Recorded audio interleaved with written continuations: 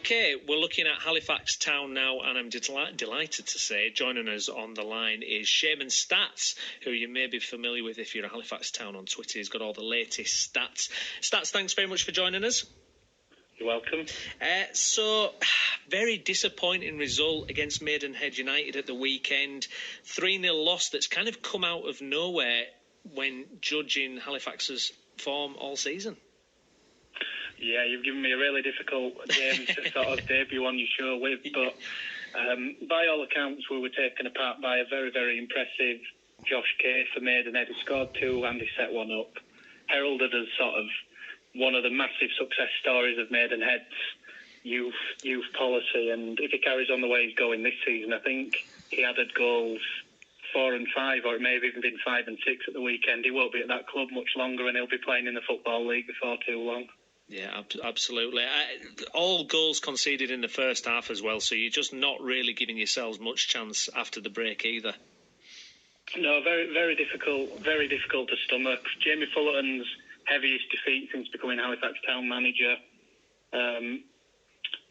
Just very hard, a very, very hard game, very, very hard match to take. You know, I mean, a lot of people had it earmarked as not a guaranteed 3 points, but they'd certainly earmarked it as a game that we shouldn't have been losing, which is always a downfall for supporters, especially of our club. We sort of we really like to let people down at times.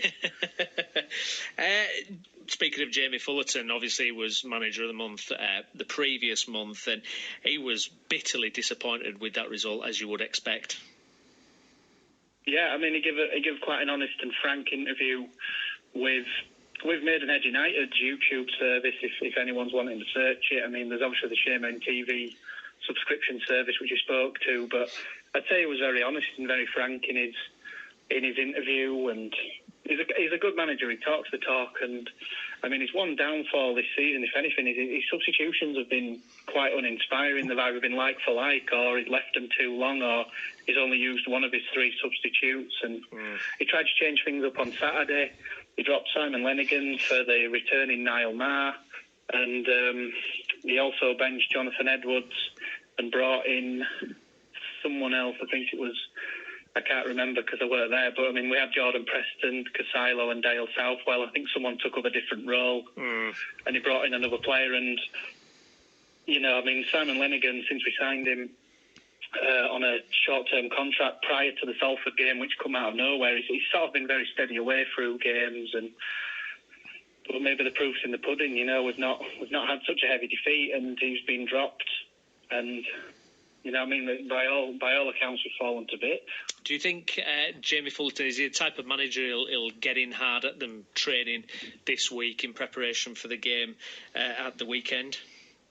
I'd like to think so. I mean, his demeanour in public is quite calm. He's got that calm, soothing Scottish voice, but I'd like to believe that there is a little bit of fire maybe behind the scenes from Fullerton. But in all his interviews that I've heard on various media outlets, you wouldn't ever believe that he could lose his rag. I mean, when we see him on the touchline, he tends to be sort of arms folded, and he'll have his assistant manager whispering in his ear, or you never really see him get animated. It's kind of the absolute opposite of previous manager Billy Heath, who was sort of shouting and bawling on the touchline, and you know, I mean, the only thing they share is they were both smartly dressed.